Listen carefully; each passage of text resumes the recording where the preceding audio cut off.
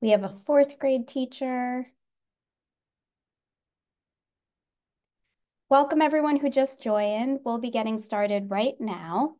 And this meeting is being recorded. So if you don't want to have your camera on, feel free to turn the camera off. That's not a problem at all.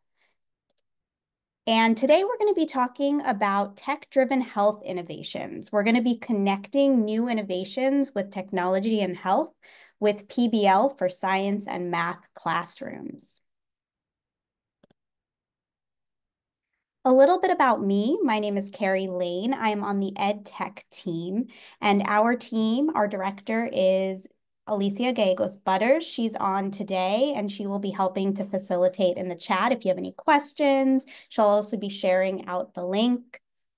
And a little bit about me. I am, as I mentioned, an EdTech specialist. I previously taught third grade and also middle school English. Before doing that, I served as an educational technology and curriculum coordinator, and I have my master's degree in learning design and technology and assistive technology. I have a certification in. I had some people share in the chat what grades they taught, but if you want to, those who just jumped on, share what grade you teach and also what subject. Today, we're going to be focusing a lot on math and science, but if you teach elementary school, so you're covering all sorts of subjects, please feel free to share that in the chat as well. All right. So if you are looking for contact, you can always contact me at my email, and we have on the slides the bit.ly link that Alicia has been sharing in the chat as well. Also want to share with you some upcoming events we have going on. So October is a pretty busy month for us. Next week, October 22nd from 4 to 5, we have a curious about quantum computing and AI and EDU session. We also have on October 24th an EdTech for Littles session that focuses on robotics, coding, and computational thinking. We have on October 30th from 4 to 5 AI to Go ready-made slides for small group exploration. And then on November 5th, we have our Back to Basics series, which is going to focus on Google Slides. We also have in here a link to our website and a calendar of events. So feel free to register for any of those that sound interesting to you. And I see in the chat, we've got third grade teachers and we have a seventh grade math and science teacher. So perfect. We will be sharing projects, like I said, that focus on math and science, but I will be showing you ideas for projects and also ways that you can adjust those projects to fit whatever kind of subject matter, standards, and grade span in math and science that you're using. So let's dive in and just go into what project-based learning is. With a show of either hands, thumbs up in the graphics, or a yes in the chat, how many of you are familiar with project-based learning or utilize project-based learning?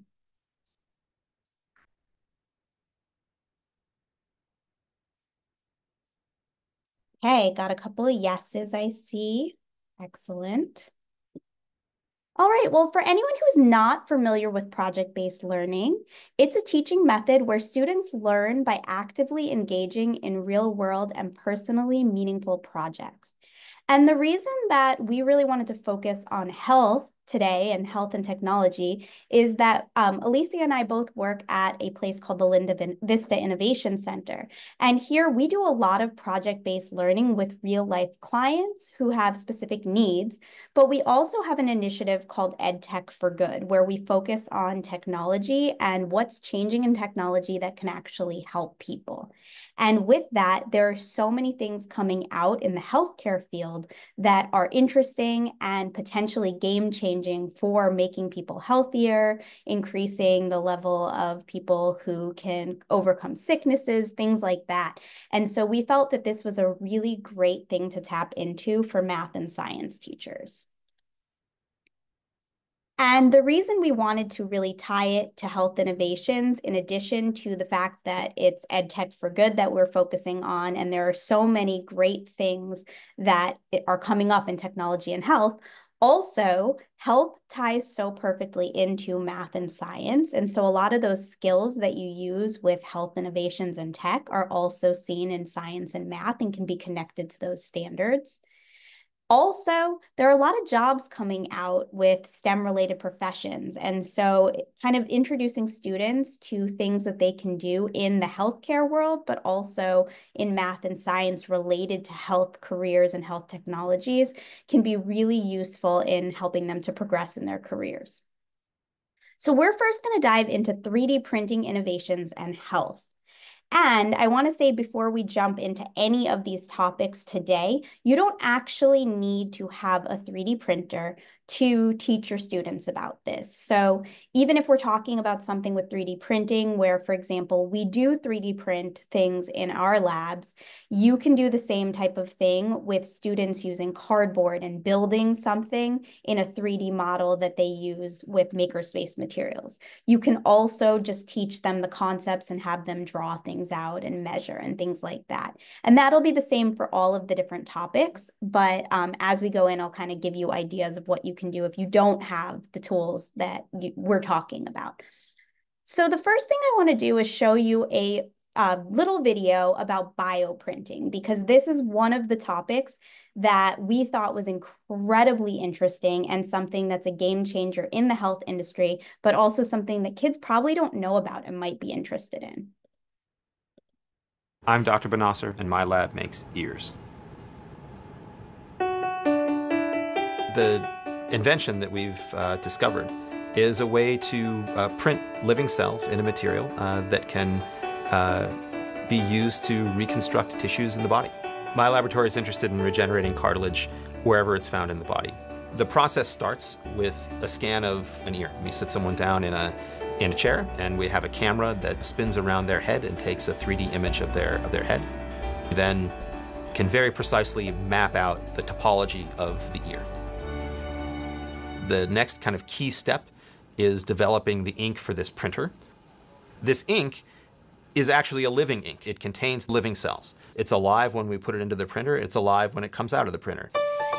The real power of the printing technique is that it can be used to make geometries that you just can't make with any other technique. You can make parts with holes in them. We can layer and cover and put different cells next to each other to create really the complex organs that make up our bodies.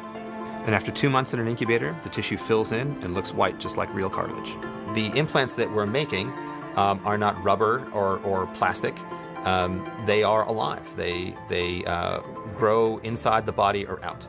And this has a whole host of advantages over conventional technology. The body accepts these materials like it's part of the body because it is. Our long-term goals are to change the way that clinicians practice, to give them the next generation of implants that will be more successful, more like real tissue that will last in the body for decades. Okay, so before we move on, does anyone have any ideas after watching that quick video about bioprinting of ways that you could tie in this new idea of using our own tissues and our own stem cells to create bio inks that can produce things like ears or organs or tissues, bones, things like that? Anyone want to share out? You can unmute or put in the chat ways that you could use this in your classroom by teaching your kids and connecting it to content just off the top of your head. And then we'll talk about some that I have as well. And yes, it is so cool. There are so many cool things coming out in health and tech.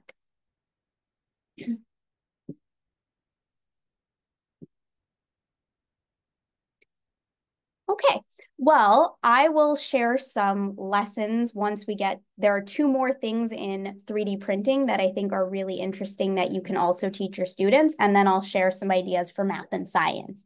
But one of the things, if you do decide to teach bioprinting to your students, it's really important to share with them that this has the potential to address organ shortages that are constantly going on, as well as to improve the success rate of transplants. So Usually transplants are okay, but sometimes bodies reject them. And this actually really helps to minimize rejection risks.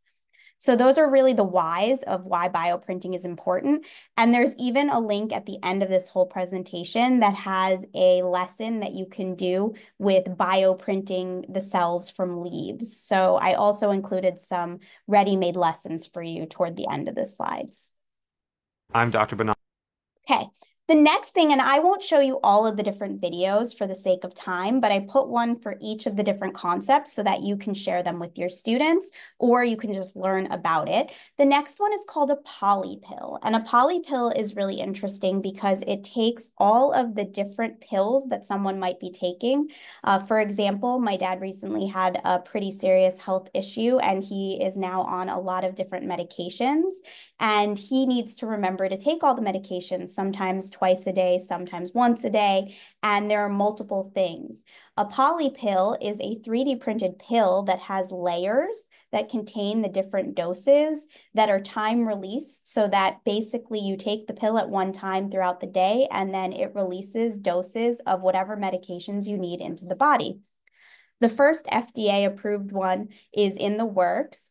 So this isn't going to come out in the next probably year or so because they're doing a lot of testing on it, but it's still something that's really interesting to teach students about because it can teach them about dosage, it can teach them about proportions versus weight, things like that.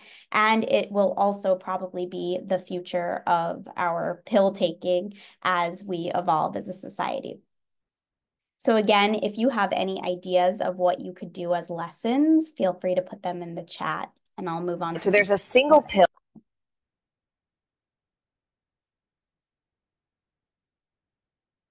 Okay. In this classroom. And this video here is a really nice one because it actually talks about what some schools are doing related to the idea of 3D printing prosthetic limbs.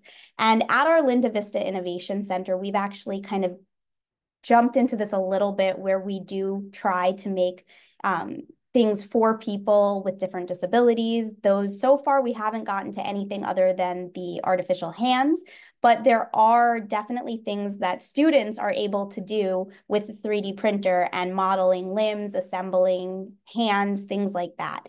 And so I put on there 3D printed limbs, and they're quick to make. They are a lot more affordable, and you can customize them to the specific size of the person who needs them and their specific needs. So if they need more padding or they need more material in one space or another.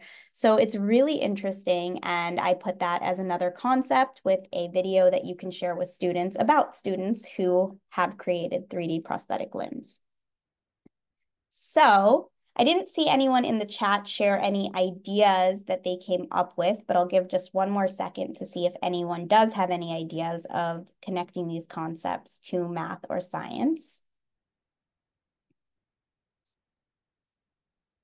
And if not, I have lots of ideas for you. So when you're thinking about 3D printing, especially when you're thinking about prosthetic limbs, it's a great opportunity to talk about geometric shapes and their properties and how you would use that to create a prosthetic limb, whether you're creating one that can be used with Tinkercad, which is a 3D printing program for designing, or whether you're building one in a makerspace that you have out of materials that you were able to just collect. And then they can use data analysis to study which designs are the most successful. So this could be a pretty large project. You can also condense it into smaller lessons. The next one you could do with prosthetic limbs is the idea of having them solve algebraic equations and expressions about the measurements of those limbs. So taking the things that you're already doing in some of the kind of middle school math and applying that to measuring out limbs. Additionally, if you're doing 3D printed organs and you want to talk about bioprinting, you could have them measure surface area and volume. And I know I was a third grade teacher, and so that's definitely, you start introducing basic shapes. You could start talking about the shapes of the organs they're measuring, using the little squares to map out the cylinders and the volume, things like that. You could also use statistics to see how successful 3D printed organs have been in medical trials and surgeries so far. So especially things like ears and gallbladders and some tissues have already been printed. So you could have your students do a research project, or you could find research for your students and then have them use stats and probabilities to measure the success. If you were interested in the poly pills, you could look at creating graphs and statistics about how effective a poly pill might be in the future. Or you could look at different dosages that go into the poly pills and make sure that there are correct proportions in medicine formation. And so we did something like this in our Linda Vista Innovation Center, where I gave students a user card of what specific things they needed to take, and then they had to calculate the proportions that would need to go into a poly pill. And some science connections. So if you're interested in teaching about science and 3D printing, they can look at the physical and chemical properties that go into biomaterials. And so with that, as I said, there's a lesson in there where you actually look at some bioprinting that relates not to humans, but to things found in nature. You can also look at how things like temperature, pH, different sterilizations are used for medical applications and how that affects their performance. You can talk about organ systems. So if you're talking about the digestive system or the respiratory system, whatever it is, that's a perfect time to then talk about 3D printed organs and have students make models. You can talk about organ transplantation challenges and the use of tissue engineering. Additionally, you can talk about and design a prosthetic limb or organ, and you can then go into biomechanics. So you can talk about how the prosthetic limb especially, it will now let you do different performance, like hold something, throw something, different abilities. You can use it to predict how drugs are released over time and then demonstrate how they go from ingestion into the body all the way to absorption into the body. And then you can look at things if you're talking about poly pills, like solubility, geometry of the different pills, the material that the pills are made of, and then focus on the chemical reactions and how they interact with other medications. So medications interacting with other medications, is that going to work? And they can figure that out. There are a lot of AI tools out there that will help students if they just ask questions to figure out which things will interact and have a toxic response to each other. And I put in here at the end little pictures of different things that we've done related to 3D printing and health. So this is that medication or medical card I was talking about. And these are students using Tinkercad. And again, even if I didn't have a 3D printer, they could still design it using Tinkercad's a free software. They designed their own poly pills that met the criteria needed for our sample patient, Georgia. And then students in a different challenge were tasked to create a heart and figure out exactly what the heart would need to function for a boy who needed a heart transplant. So these are just some notes and research that they did and a little model that they made. Some also made files in Tinkercad. So I'll pause before I move to medical drones and see whether anyone, and I would love for people if you have just any ideas of things I didn't mention or something that you're thinking to yourself, that actually seems like I might want to try that. Just integrate something related to health into my science or math. So anything that anyone wants to share out? Any other ideas I put in the chat?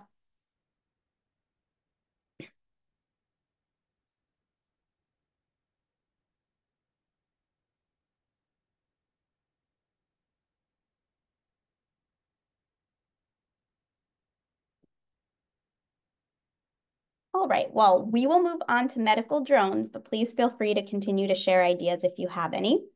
And I will show this quick video as well because it gives you an idea of how droning technology can support with health, especially in remote areas or areas where there is high traffic. And so medical drones offer ways to deliver blood, vaccines, medication to different areas. And they also can make things a lot more expedited and speedier. So whether you have drones, which we do actually have drones, but you can also have students design drones, or you could pause and just have students create what the payload would be for a drone, what they would make sure to add into their drone, how they would get a system and a protocol to deliver health supplies, things like that. So it doesn't have to focus on drones. It turns out catapulting life-saving blood through the skies is what they've already been doing for over 6 years, which is why we need to head out to Rwanda to understand where this all started.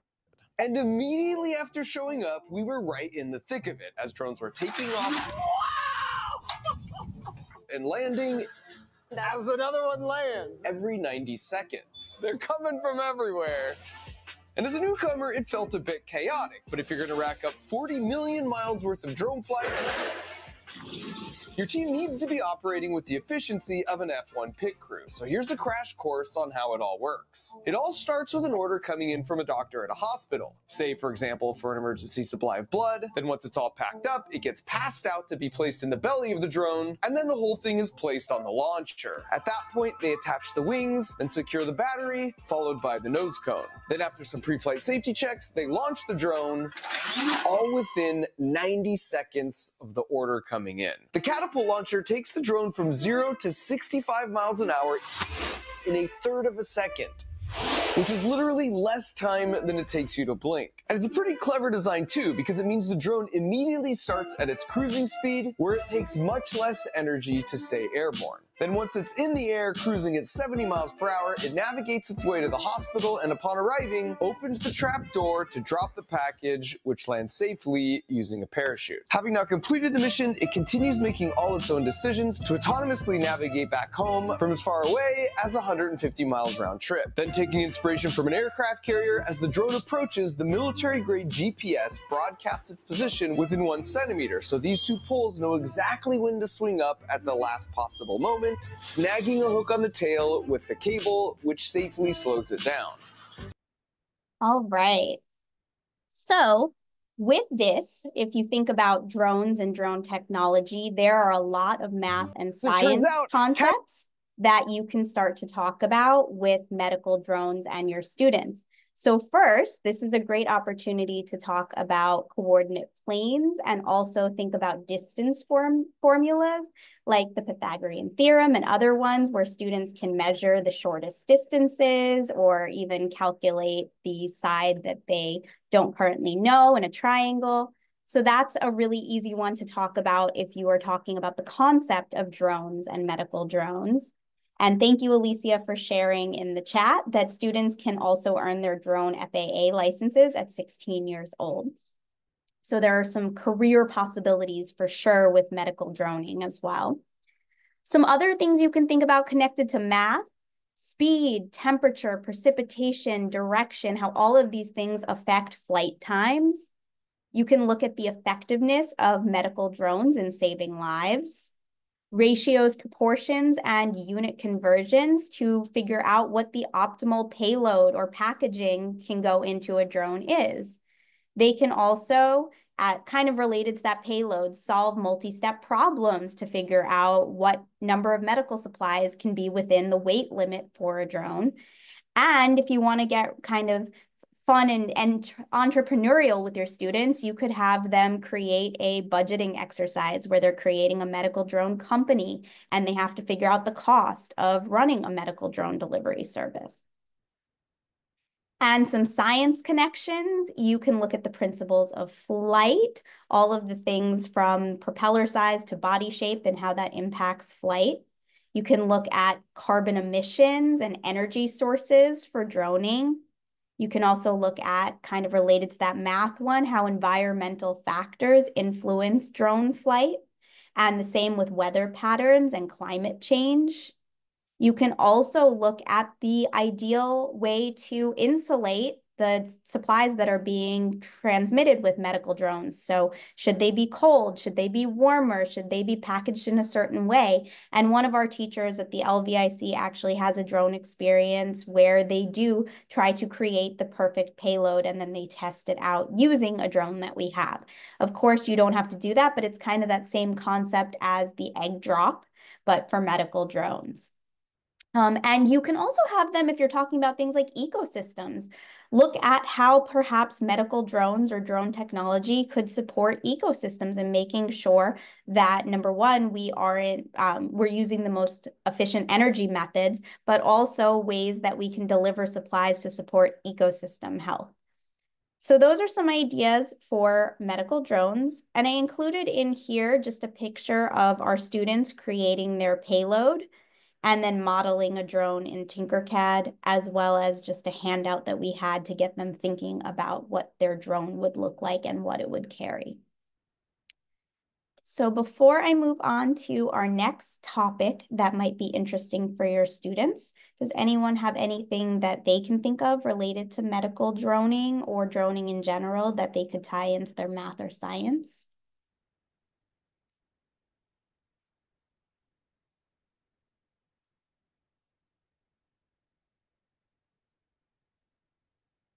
All right. I'm going to move into telemedicine and wearable health technologies. And I group these two together because they are separate entities, but at the same time, when you are wearing health technologies, for example, if anybody has a smartwatch that does tracking of health features, that makes it easier to actually have telemedical appointments. Sometimes they can connect simultaneously. So I put them together, though they are two separate things. Telemedicine allows doctors to see patients remotely. We may have become familiar with that during our COVID time at home. And wearable smart technologies are like the fitness trackers or smartwatches that can monitor heart rate, activity levels, and sleep patterns. And this can help them track and then share data with doctors. So I'm going to show this quick video about a student who created a wearable health technology shirt. I've always been interested in technology. I want to help people by using technology. A lot of the things that I've been developing relates with wearable technology and IoT, the Internet of Things. The Internet of Things is when one device communicates with another device via the Internet. For example, your cell phone could communicate and control the lights or appliances in your house. This led me to the idea of an MSRS, or a medical self-reliant shirt. Basically, it's a shirt or jacket that someone could wear, and it would be outfitted with a bunch of sensors, and your heart rate and temperature would be displayed on a TFT on the sleeve. A TFT is a small LED screen like the one on your smartphone. Then your heart rate and temperature would be transmitted to your emergency contact or family member if it looks like something's wrong. That way, they can be by themselves, and you don't have to worry about them getting hurt and not knowing about it, thus making them be more independent, and that's making them more self-reliant. Okay. So that gives you a really good idea of how a student actually created wearable health technologies. Of course, you can have students try to create their own wearable technology. Some ways to do that: if you have robotics or coding in your school, you can add things like a Raspberry Pi or an Arduino into it.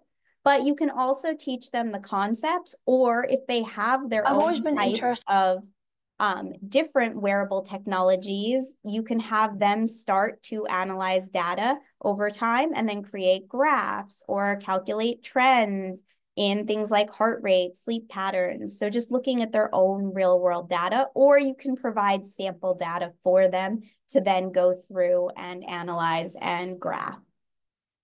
They can also start to look at the correlation between steps taken and calories burned and how that changes with different physical activities. If you have the time to get them out and, exploring or playing at recess, you can have them measure that for themselves too. They can look at how health data differs across age groups and regions. And then they can look at the role of statistics in collecting patient data remotely. So this focuses more on telemedicine, but is it effective to have telemedicine and to collect patient data remotely, or is it more effective to be in person?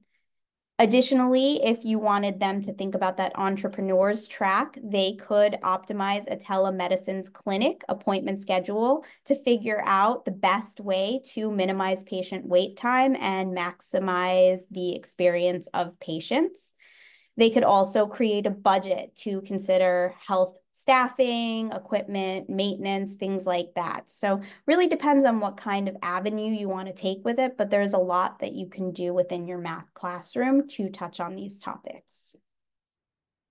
And then some experiences that you can do for science. They could do experiments about wearing different wearable devices and see which wearable devices work the best, and then do those work better than manual measurements, or are they not as efficient as measuring things like taking a pulse or tracking it through logging by hand. They can also use sensors and microcontrollers or some electronics and coding to collect and transmit health data. They can look at body mass, speed, and physical activity and how that impacts the data that wearable technology gets. Additionally, for studying waves or things like that, you can look at the role of electromagnetic waves and other technologies in health data transference. You could look at computer simulations of how telemedicine could spread or prevent the spread of infectious diseases. There's one little experience out there on code.org where you can code an outbreak. So you could have students code an outbreak and then understand how just by coming into contact with each other, people can spread diseases. So how would telemedicine help that? And then you could think about ways to optimize telemedicine access in different regions, maybe rural areas or poorer areas, and then the outcomes that come from telemedicine. So how can we make telemedicine better? And so I put in here just a few examples of students that we have had coding their own outbreak simulations and then discussing how telemedicine might help to prevent this. All right. We are going to jump into AI and robotics in healthcare, but I want to see whether anyone has any other ideas or anything standing out to them yet. You can feel free to put it in the chat if it is.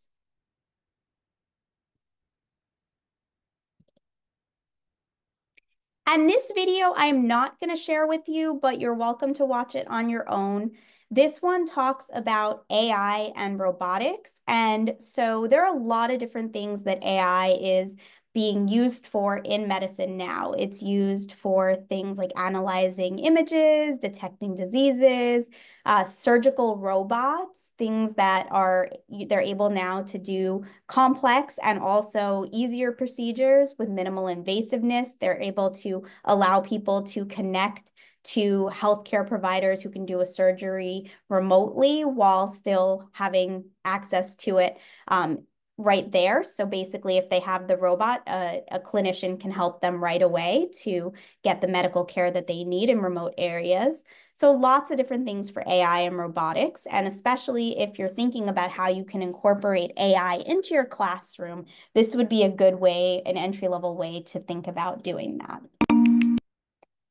And some connections that you could use, you could study algorithms behind AI. AI is a lot of algorithms, and then look at how statistics and probability play a role in those algorithms and in the accuracy of the predictions that AI gives you. You can look at anonymous sets of data and then create visualizations and charts of that. You could also, just like with the prosthetic limb, you could use geometric concepts to create a model of a simplified robot that would do surgery. You could focus on angles and volumes. You could also have that model remove a hypothetical tumor from a model organ without damaging the surrounding areas, so using the right types of volume formulas for that. You could think about ways to optimize robotic surgeries and minimize damage to surrounding tissues. And you could explore how robotic devices assist in physical rehabilitation. So thinking about how the trends of patients over time who are using robots that do PT and OT and things like that. And for science, you can talk about how robotics is used in precision surgeries and then create a robotic arm. And this could be makerspace or in Tinkercad that could help hypothetical doctors use in surgery. You could also, kind of related to that math one, think about a robotic device for physical rehabilitation, and then you could simulate exercises and calculate the force and the angles of different motions of the body. You could talk about patient privacy and the use of data related to ethical questions. As I mentioned before, you can also analyze disease outbreak patterns and think about cause and effects between disease spread and vaccination, or between, things like quarantining and also outbreaks.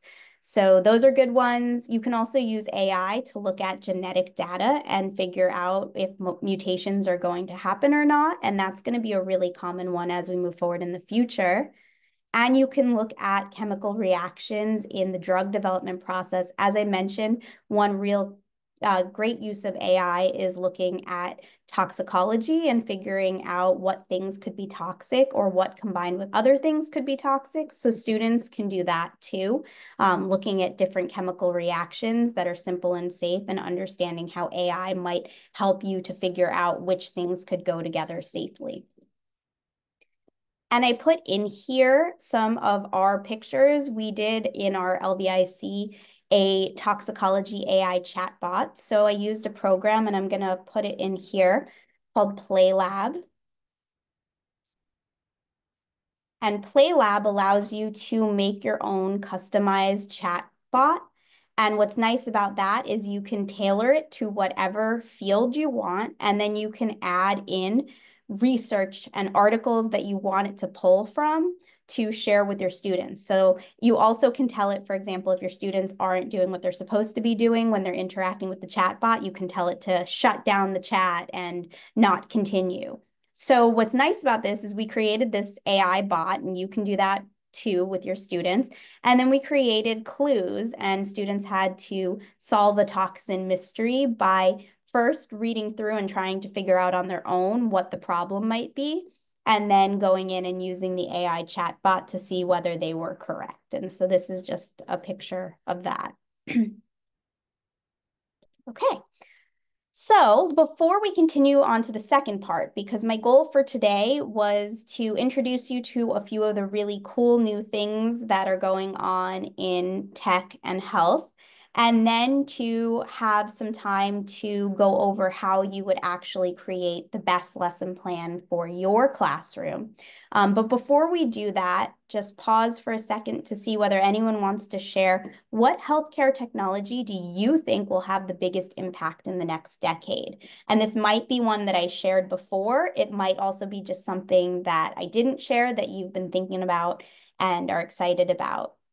So I'll leave some time in the chat for maybe about a minute to see whether anyone responds on what technology do you think will have the biggest impact. The poly pills and drones. Thanks, Alicia.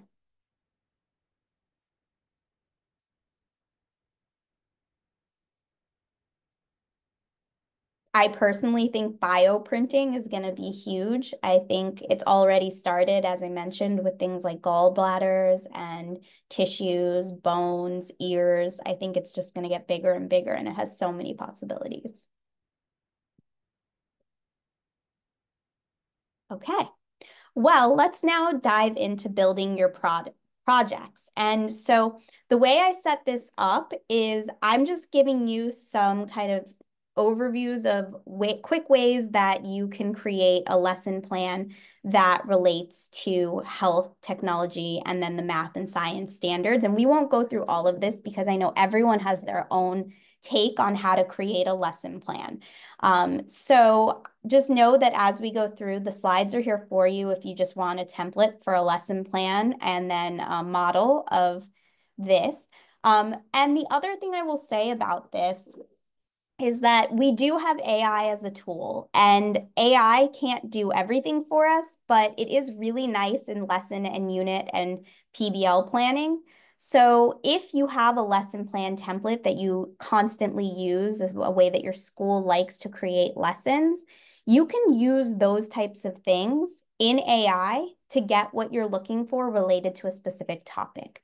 And so, of course, we have our preliminary information that you always want to put in there, like the name of the project you're thinking of doing, how long it will be, the number of students, your grade level, your subject.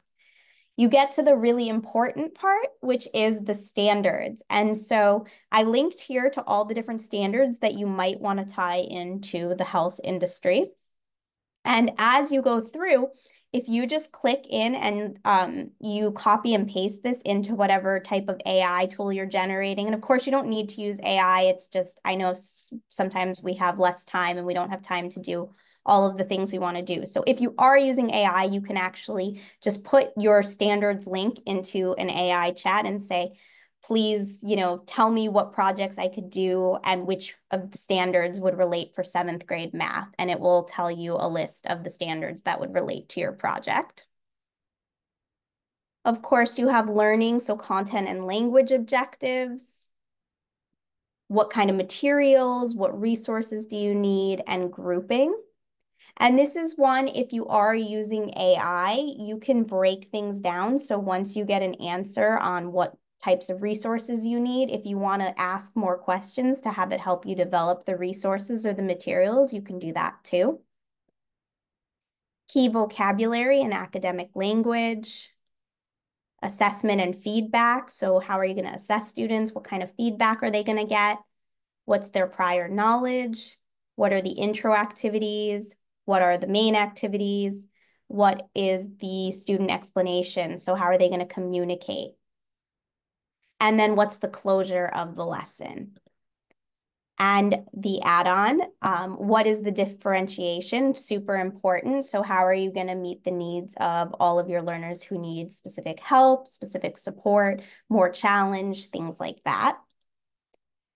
And so for the next 5 or so minutes, what I want you to do is you all shared, or some of you shared, what your grade level was and what subject you teach. And so we've talked now about 4 different major topics in healthcare technology. And there are 2 different tools that are AI that you can potentially use to help you create a project-based lesson or unit plan. One is a basic chat. It's similar to a chat GPT, but I like it a little bit more because it gives you all of the sources where it got its information, which can be really useful so that you know whether you want to use the information or not. For example, if I said something like create we'll say a unit plan for for building a poly pill that relates to both the CCSS standards and the NGSS standards. Share which standards are addressed. And then we will say make it last for, we'll say, 2 weeks. And of course, you can definitely do better if you break things up a little bit more. I'm just trying to do this on the fly. But as you can see, within seconds, it starts telling me about different things that are going to go on. It tells me which standards are hit, and then it will tell me what the students are going to be doing. I then could ask it follow-up questions like, please now tell me how I would do this activity. But the thing I really like is then you can go up to any of these and see what the resources are. You can also, from here, you might find really good lessons that you can do with your students. So depending on whether lessons are already out there, you might find links to lessons already. And so really depends, but I like that one. So you can try that one. Or there is this PBL buddy. And so you can say 8th grade biology. And then you want to talk about bioprinting and prosthetic organs, tissues, and then generate lesson. And it will create an entire project for you with the essential questions, the learning objectives, things like that. So 2 different avenues where you can just kind of get started thinking about what you're excited about.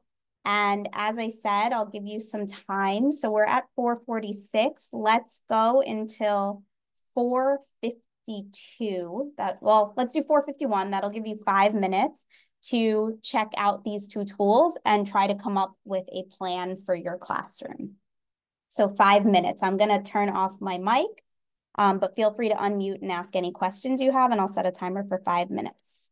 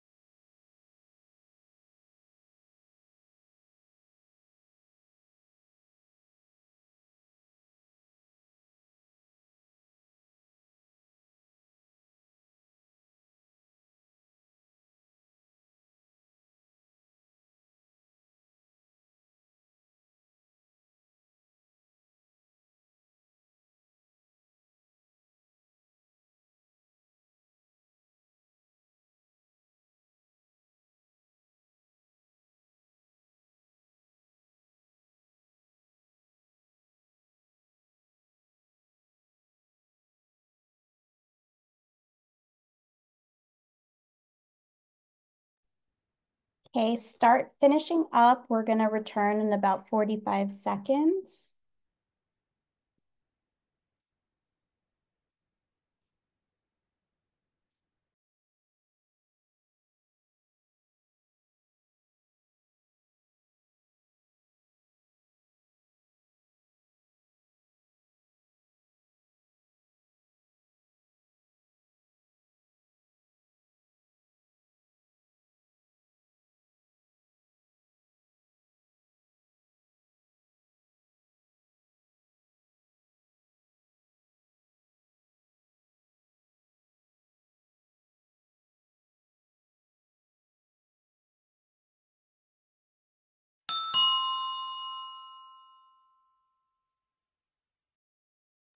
Okay, does anyone have any that they want to share that they came up with? Anything cool that your AI or just your brain came up with that might be useful or exciting to share out?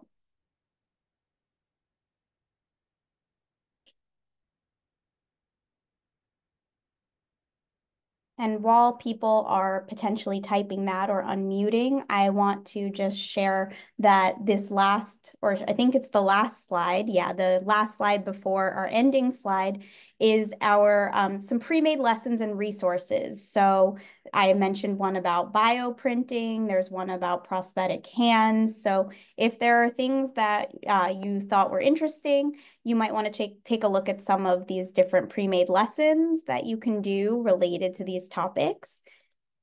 And then I will leave up here the schedule and pause to see if anyone wants to share out anything. Otherwise, I will stay on for a few minutes for questions, and we're done a little early.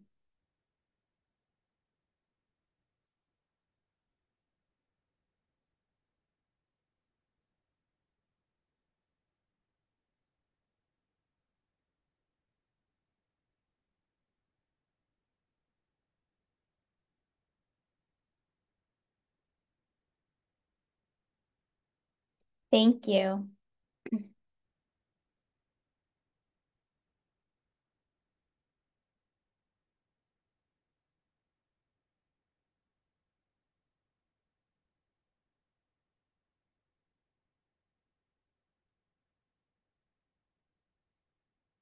Thank you.